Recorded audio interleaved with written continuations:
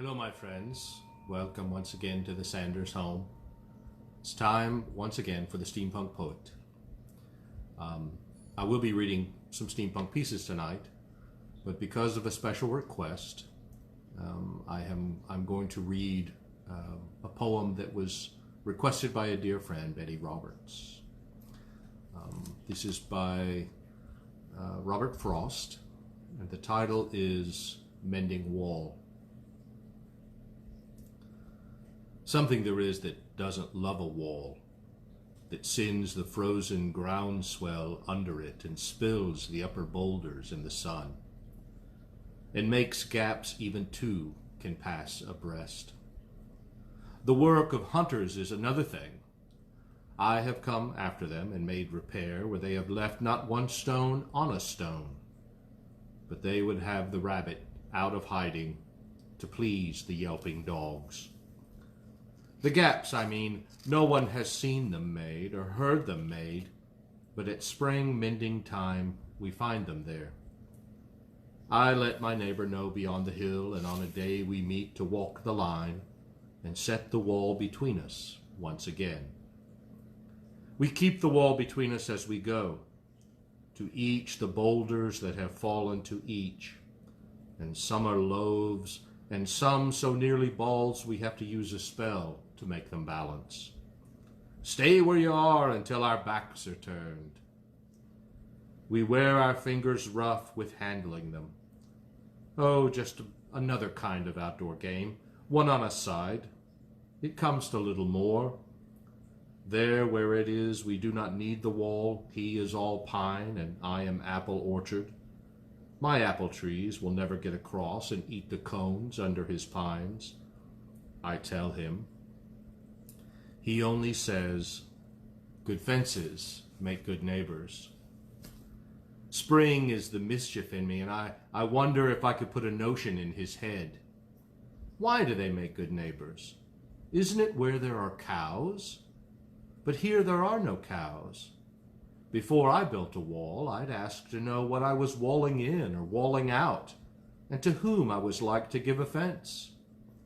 Something there is that doesn't love a wall, that wants it down. I could say elves to him, but it's not elves exactly, and I'd rather he said it for himself. I see him there, bringing a stone grasped firmly by the top in each hand, like an old stone savage, armed. He moves in darkness, as it seems to me, not of woods only, and the shade of trees. He will not go beyond his father's saying, and he likes having thought of it so well. He says again, good fences make good neighbors. Now, once again, if there is any particular poem that you would like read, please don't hesitate to send us a message, and I'll be happy to do so. Moving on, I will read a few poems from Songs for a Mechanical Age. First, a few of the triolets that to me symbolize the steampunk age. The Metal Age. Brass, bronze, copper, and steel, building blocks for our modern age. Things with substance, things that are real. Brass, bronze, copper, and steel. Warm to the touch, but it's the steam you feel. We take our power from the boiling rage. Bronze, copper, brass, and steel, building blocks for our mechanical age. Let's see. Perhaps something a little more humorous.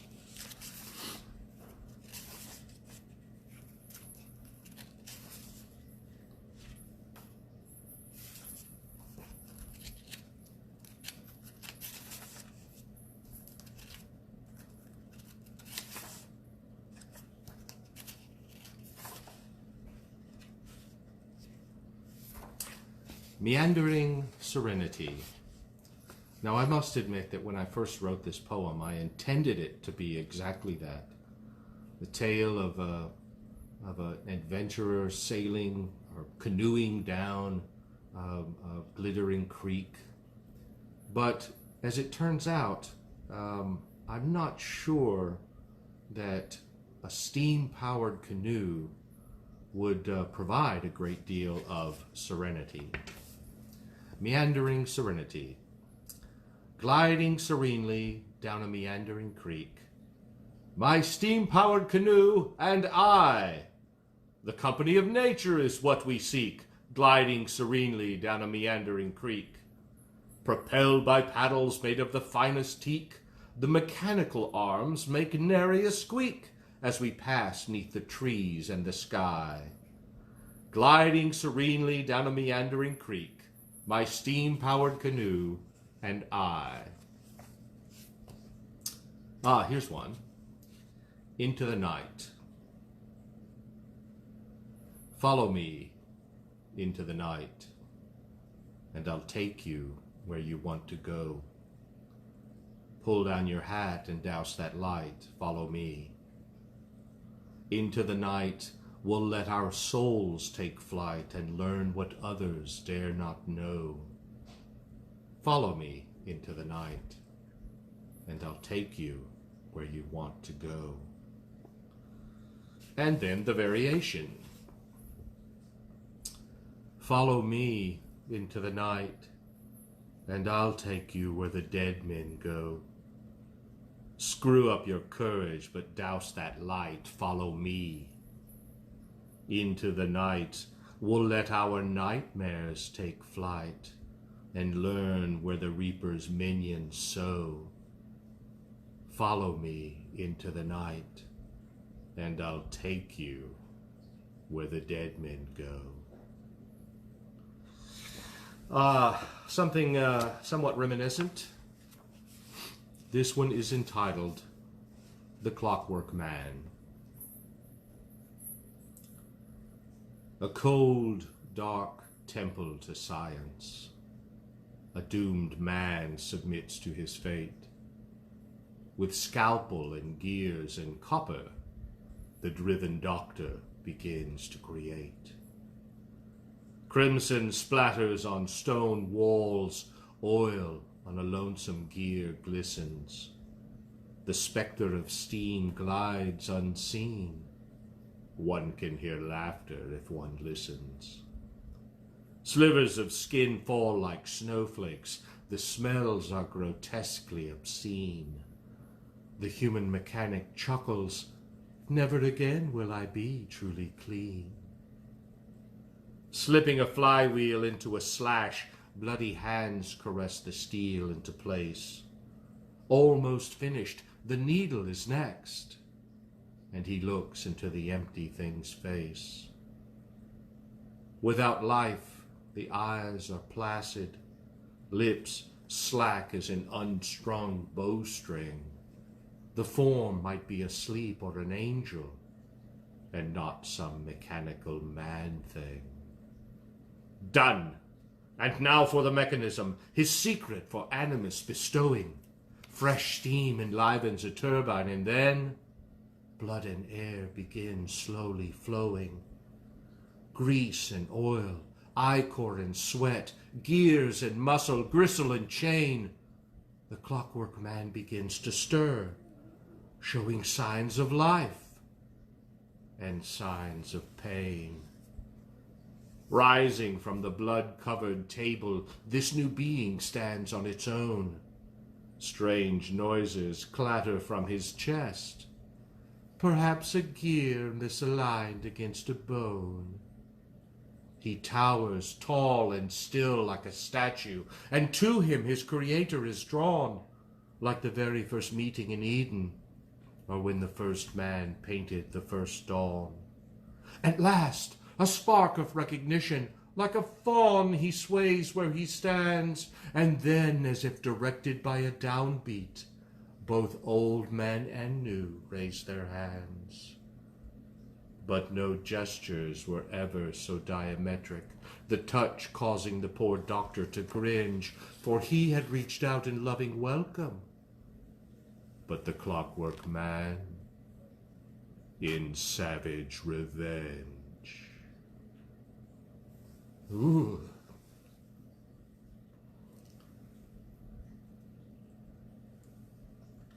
What next? While we're on the subject of mechanical men, I had started a history of the American Civil War, which of course was set in the midst of the Victorian era. And our version, the steampunk version, is somewhat different from the version told in your history books. This one is called Land Leviathan. I push the Johnson bar forward and open the cylinder cocks.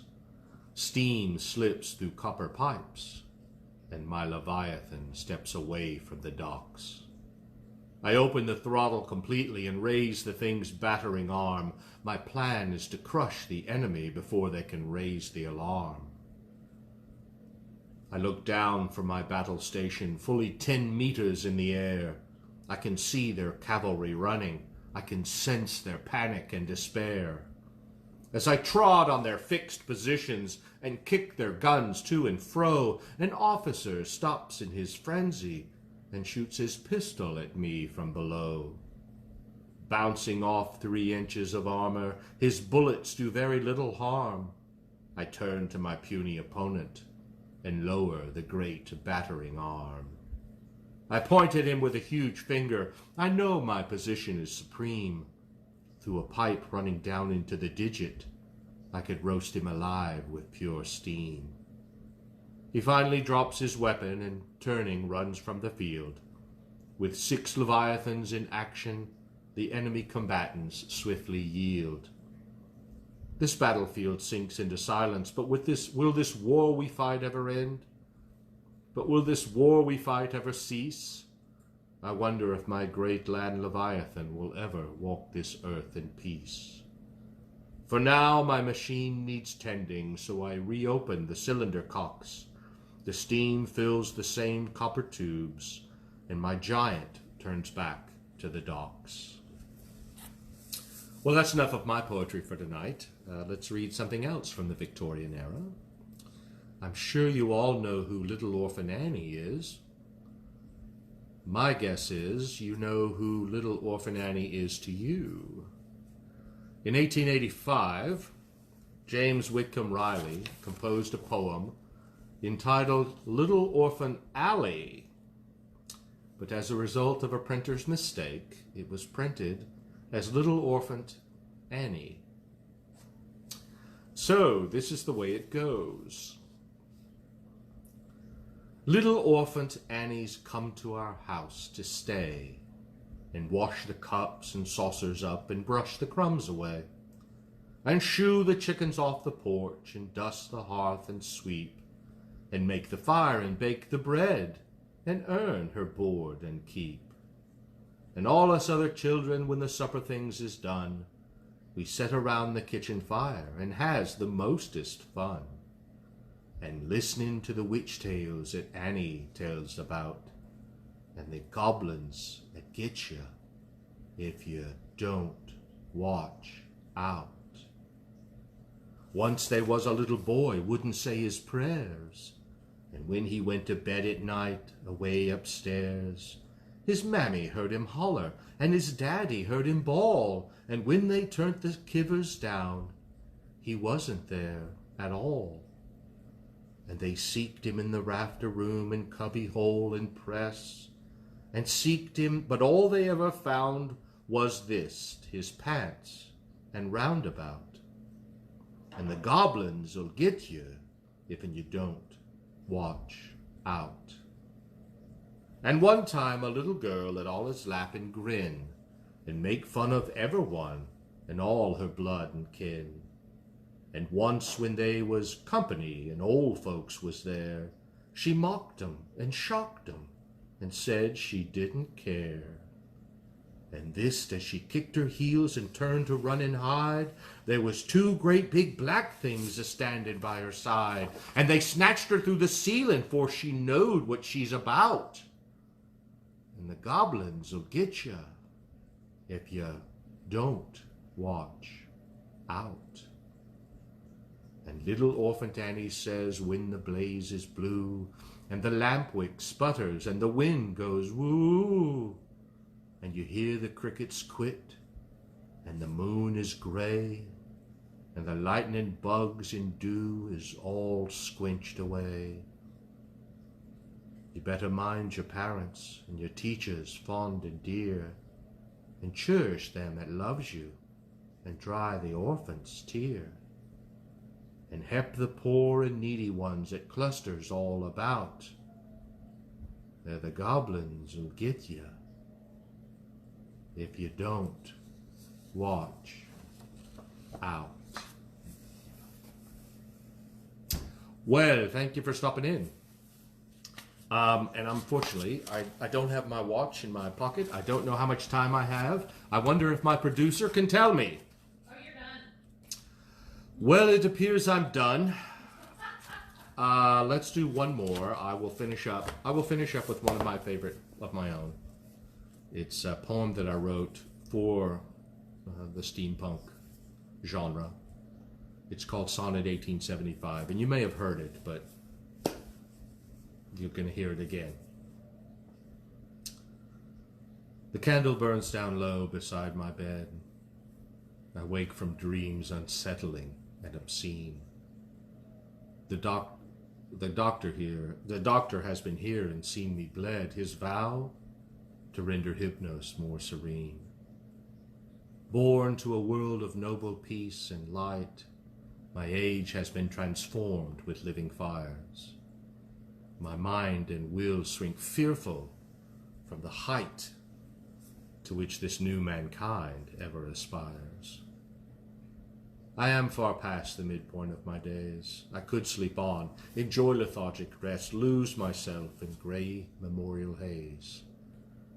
But then I fail in my eternal test. Instead, I rise and stand abreast with you and live this dream to forge our world anew.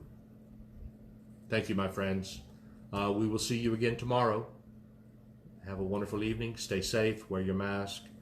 Go outside in this lovely weather if you can, but stay 6 feet away from those who you do not live with. Farewell. Good night.